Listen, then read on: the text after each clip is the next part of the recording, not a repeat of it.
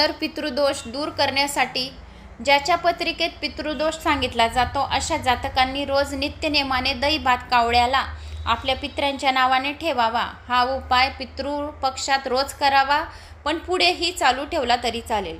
1 तांब्याभर पाण्यामध्ये 1 चमचा दूध, 1 चमचे काळे तीळ टाकून हे मिश्रण दररोज सूर्योदयाच्या अगोदर सूर्यास्तपूर्वी पिंपळाला घालावे आणि 7 किंवा 7च्या पटीत प्रदक्षिणा घालाव्यात। 7 प्रदक्षिणा ओम नमो भगवते वासुदेवाय नमः हा मंत्रचा जाप करता करता 7 प्रदक्षिणा घालाव्या आणि घालताना गेलेल्या पूर्वजांचे उदाहरण आई वडील आजी आजोबा पंजोबा पणजी किंवा अन्य कोणी असेल तर आणि आपले गोत्र बोलून त्यांच्या नावाने, तसेच आईच्या इकडचे आई वडील आजी आजोबा असतील पंजोबा असतील त्यांचे पण स्मरण करावे।